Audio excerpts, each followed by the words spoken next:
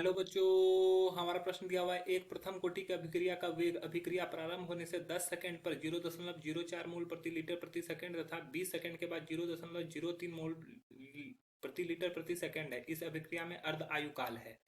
चार ऑप्शन है, A B C तथा डी। चार में से बताना है कि कौन सा सही उत्तर होगा। चलिए समझते हैं इस प्रश्न को। अगर बात करें इस प्रश्न की मुख्य अवधारणा की, तो मुख्य अवधारणा में अर्ध आयुकाल का हम लोग को व्यंजक समझना होगा। T1/2 अर्ध आयुकाल को जो निकालते हैं उसका फॉर्मूला होता है 0.693/K। यहाँ पे K क्या है? यहाँ पे K है हमारा दर स्थिरांक। ठीक है। अब ये K का वैल्यू हम लोग को निकालना होगा, तो K का वैल्यू निकालने के लिए हम लोग को क्या फॉर्मूला जानना होगा? इसको निकालने के लिए हम लोग को सबसे पहले जो चीजें दी गई है प्रश्न में उन चीजों को लिख लेते हैं और K का मान पहले निकालते हैं। तो हम लोग को दिया गया है कि 10 सेकंड पर अभिक्रिया का दर दिया हुआ है। ठीक है, 10 सेकंड पर एक अभिक्रिया का दर दिया हुआ है जिसको हम लोग R1 से डिनोट करेंगे। R1 दिया हुआ है 0.04 मोल प्रति लीटर प्रति सेकंड।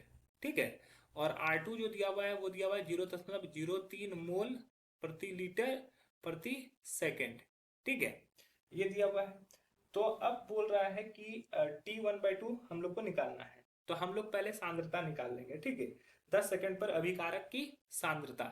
ठीक है, 10 सेकंड पर अभिकारक की सांद्रता। ठीक है, क्या हो जाएगा? सांद्रता हम लोग ए नोट निकालते हैं।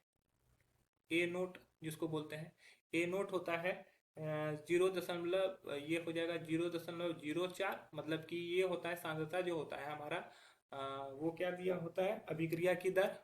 अभिक्रिया की दर गुना समय। अभिक्रिया की दर गुना समय।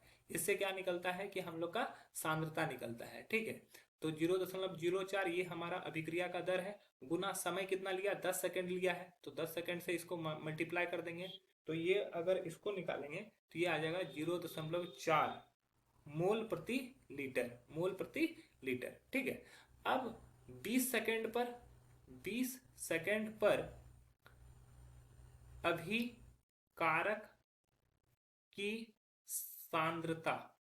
20 सेकंड पर अभिकारक की सांद्रता जिसको हम लोग ए नोट माइनस एक्स से डिनोट करते हैं, तो ये हो जाएगा 0.03 गुना R2 कितना दिया हुआ है? 0.03, और इसको भी 10 से ही गुना करेंगे तो ये आ जाएगा 0.3 मोल प्रति लीटर। अब यहाँ पे 10 सेकंड से ही क्यों गुना किया गया? समय तो यहाँ पे 20 सेकंड है। तो समझो कि मान लो इनिशियल स्टेज में ये 0 सेकंड से 10 सेकंड तक गया तो उसमें कोई बदलाव आ गया। ठीक है, अब उसमें कोई बदलाव आ गया जो कि यहाँ पर दिख रहा है, बदलाव दिख रहा है। अब 10 सेकंड से 20 सेकंड पे जाने पे बदलाव दिखेगा ना। 10 सेकंड से 20 सेकंड में तो वहां पे प्रारंभिक अवस्था कितना हो गया? 10 सेकंड, और अंतिम अवस्था हो गया 20 सेकंड। तो हम लोग को टोटल जो दिखेगा वो कितना होना चाहिए? वो 10 सेकंड होना चाहिए। तो 10 सेकंड का अंतर यहाँ पे हो रहा है, इसी वजह से यहाँ 10 सेकंड लिया गया, तो ये निकल गया।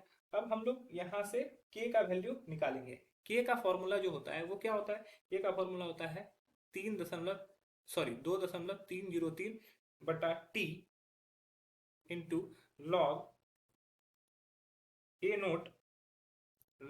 नोट बाय ए नोट माइनस एक्स। यही फॉर्मूला होता है। तो अब यहाँ से वैल्यू पुट कर देंगे 2.303। टी का वैल्यू है 10 इंटू लॉग ए नोट का वैल्यू कितना डाला गया है? लॉग ए नोट का वैल्यू है 0.4, और यहाँ पर सॉरी ये लॉग हो जाएगा। ए नोट का वैल्यू 0.4 और ए नोट माइनस एक्स का वैल्यू हम लोग निकाले हैं 0.3। ठीक है, तो इसको अगर हम लोग सॉल्व कर लेते हैं तो के को अगर सॉल्व कर लोगे, यहाँ से इस चीज को सॉल्व करने के फलस्वरूप इसका जो वैल्यू आता है वो आता है 0.028 प्रति सेकंड।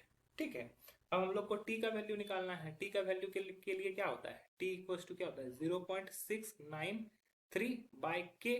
के का वैल्यू हो गया 0.0287, और यहाँ से वैल्यू अगर हम लोग निकालते हैं इसका तो ये हमारा निकल जाएगा 24.1 सेकेंड।